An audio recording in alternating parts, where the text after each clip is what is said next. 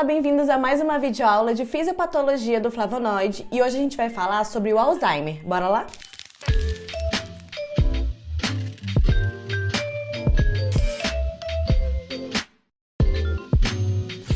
O Alzheimer é uma doença neurodegenerativa, irreversível, progressiva, em que a pessoa vai apresentar a demência, ou seja, você vai ver que os sintomas é como se ela tivesse com a memória fraca e cada vez mais dificuldade de aprender novas informações. Quando eu falo que ela é neurodegenerativa, é porque as células do cérebro dela, ou seja, os neurônios, vão se degenerando com o tempo, ou seja, eles vão morrendo. E irreversível e progressiva, porque você não tem como regredir ela, ou seja, não tem como você compensar esses neurônios que já foram perdidos. Então ela vai só piorando ao longo do tempo. No início, a memória de curto prazo dela é mais afetada, então ela começa a esquecer coisas simples, tipo onde eu deixei as chaves do meu carro. Depois, com o tempo, com a progressão da doença, a memória de longo prazo também é afetada e ela vai esquecendo coisas muito importantes, como até o nome dos próprios filhos, ou ainda ela pode se perder porque esqueceu o caminho de casa, o mesmo caminho que ela fazia todos os dias. E você percebe que com o tempo, outros aspectos da cognição dela também são muito afetados.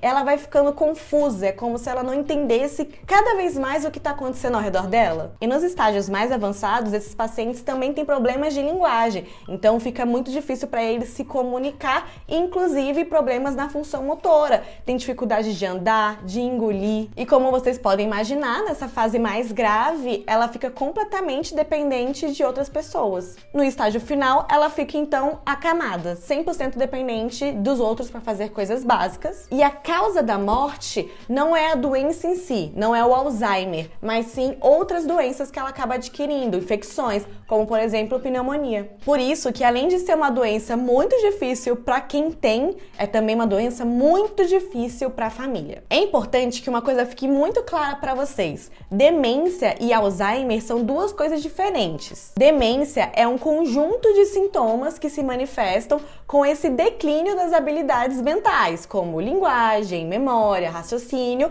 por causa da perda de neurônios. Mas o que causa a perda desses neurônios podem ser diferentes doenças. O Alzheimer é a causa principal, mas não quer dizer que toda pessoa que apresenta demência necessariamente tem Alzheimer, sacou? Para você entender melhor por que algumas pessoas apresentam Alzheimer e outras não, você precisa entender da fisiopatologia. Então eu vou te mostrar. Essa é a membrana celular de um neurônio. Daqui para baixo, estamos dentro do neurônio. Daqui para cima, estamos do lado de fora. Na membrana existe uma proteína chamada proteína precursora de amiloide, ou você pode chamar carinhosamente de APP. Acredita-se que o trabalho da APP é ajudar o neurônio a crescer e se reparar após uma lesão. Vamos dar uma olhada nela. A APP tem uma extremidade dentro da célula e a outra do lado de fora. Como acontece com nossas outras proteínas, ela faz o seu trabalho e depois de um tempo ela é quebrada e suas partes são recicladas. O ciclo natural da vida delas. Para quebrar essa proteína, existem duas enzimas que amam trabalhar juntas,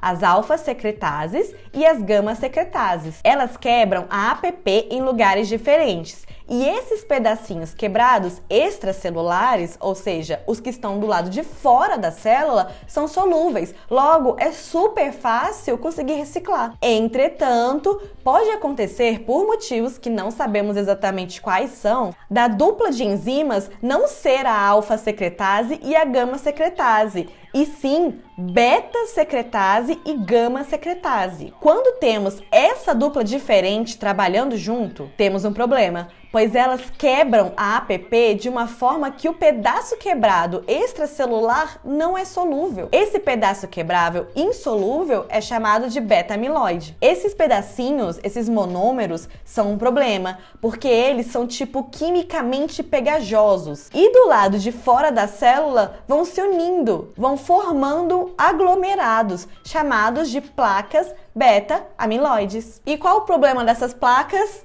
Alguns. O primeiro problema é que elas podem ficar entre os neurônios, atrapalhando a sua comunicação, ou seja, atrapalham a sinalização neuronal. Se esses neurônios não conseguem mandar sinais de forma eficiente, funções cerebrais como a memória e cognição são prejudicadas. O segundo problema é que o nosso sistema imunológico pode estranhar essas placas e acabar formando uma resposta contra elas. E isso acaba levando a uma inflamação no local, o que danifica os coitados dos neurônios que estão ali por perto. O terceiro problema é que essas placas podem se depositar ao redor de vasos sanguíneos no nosso cérebro, enfraquecendo as paredes e aumentando o risco de hemorragia. Chamamos essa condição de angiopatia amiloide. Nas aulas práticas, pode ser que você consiga ver na lâmina essas placas amiloides. Só que o problema do Alzheimer parece não ser causado só pelo que acontece do lado de fora dos neurônios, do lado de fora da célula. Essas placas amiloides também parecem causar problemas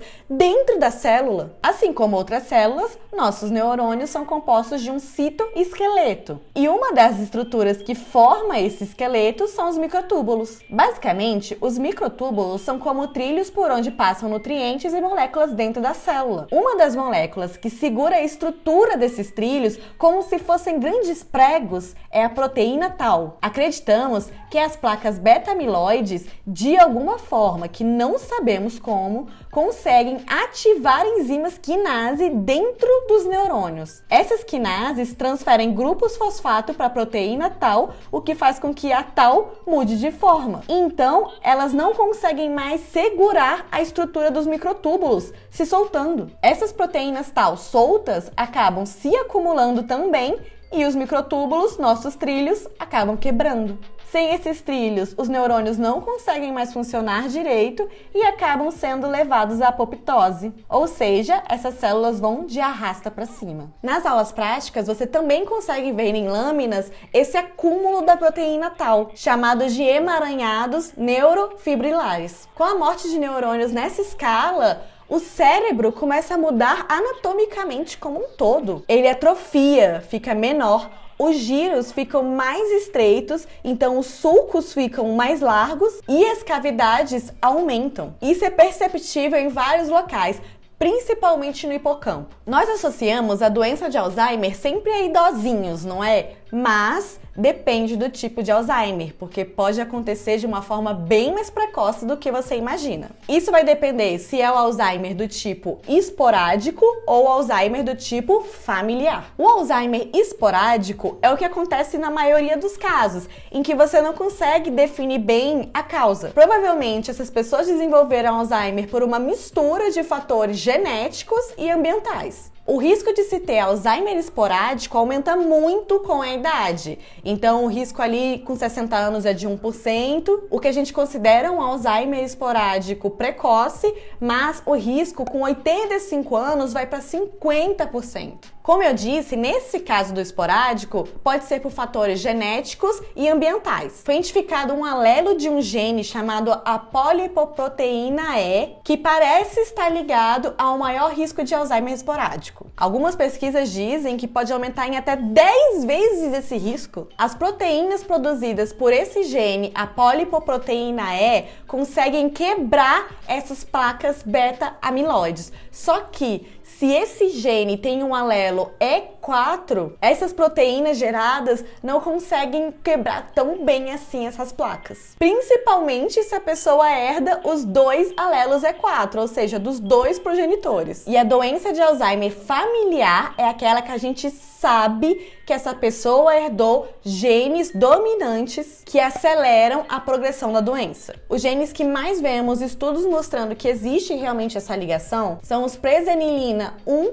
e 2. A mutação nesses genes pode alterar o local onde a gama-secretase corta a APP, o que resulta em pedaços insolúveis e ótimos para formar as benditas placas beta-amiloides. Outra causa genética que a gente sabe que está ligado com a doença de Alzheimer, então é classificada como uma doença de Alzheimer familiar, é a síndrome de Down, em que a pessoa herda uma cópia extra do cromossomo 21. O problema aqui é que o gene responsável pelas proteínas APP está justamente no cromossomo 21. Então, se a pessoa tem uma cópia extra do cromossomo 21, é de se esperar que ela tenha uma expressão aumentada de APP, logo aumentando potencialmente a aglomeração de APP mal quebrada e a formação de placas beta-amiloides. Nesses casos de doença de Alzheimer familiar, esses indivíduos podem começar a manifestar sintomas a partir dos 40 anos. Por isso que não necessariamente doença de Alzheimer acontece só em pessoas muito idosas.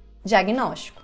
O diagnóstico definitivo não vem em vida. Porque isso só seria possível se eu conseguisse pegar um pedacinho do seu cérebro, fazer uma biópsia. Para eu conseguir pegar um pedaço do seu cérebro e fazer uma biópsia, você tem que estar, sabe? Então, assim, só na sua autópsia. Então, o diagnóstico definitivo é pós-mortem. Então, o diagnóstico tem que ser clínico. Basicamente, os médicos vão seguindo protocolos, vão ali excluindo outras possibilidades de demência, até chegar no diagnóstico que pode ser de doença de Alzheimer ainda em vida. Tratamento. Infelizmente, não temos cura e também não temos uma forma de regredir a doença, por isso que ela é uma doença crônica. Basicamente, o tratamento é sintomático, para a gente tentar dar uma melhora na qualidade de vida dessas pessoas. Uma coisa importante, antes de eu falar de medicamentos, é que essa pessoa, ela precisa de uma equipe multiprofissional para cuidar dela, e não só médico. Então é importante que ela tenha acompanhamento de um fonoaudiólogo, porque ela começa a ter problemas de fala, de um fisioterapeuta, porque ela começa a ter problemas motores, de psicólogo, assim como é muito indicado que os familiares dessa pessoa também tenham um acompanhamento de psicólogo. Acontece muito, principalmente nos estágios finais, dos familiares meio que largarem de mão, assim, porque a pessoa já não responde mais a estímulos. Mas mesmo assim, a gente recomenda que você abrace essa pessoa, que você pegue na mão dela, mesmo que ela não responda, mesmo que ela não te reconheça. Porque a gente não sabe realmente como ela sente aquilo. Existem sim medicamentos que podem ser prescritos para tentar dar uma melhorada na cognição, mas a gente percebe que o benefício é pouco, mas ainda assim é melhor do que nada. Usamos principalmente a memantina e os inibidores de colinesterase. Dependendo de quando você estiver vendo esse vídeo, eu já vou ter lançado uma videoaula só sobre tratamento farmacológico no Alzheimer na playlist de farmacologia rápida e fácil do Flavonoide. Então não esquece de seguir o canal, curtir para não perder. Espero que vocês tenham gostado desse...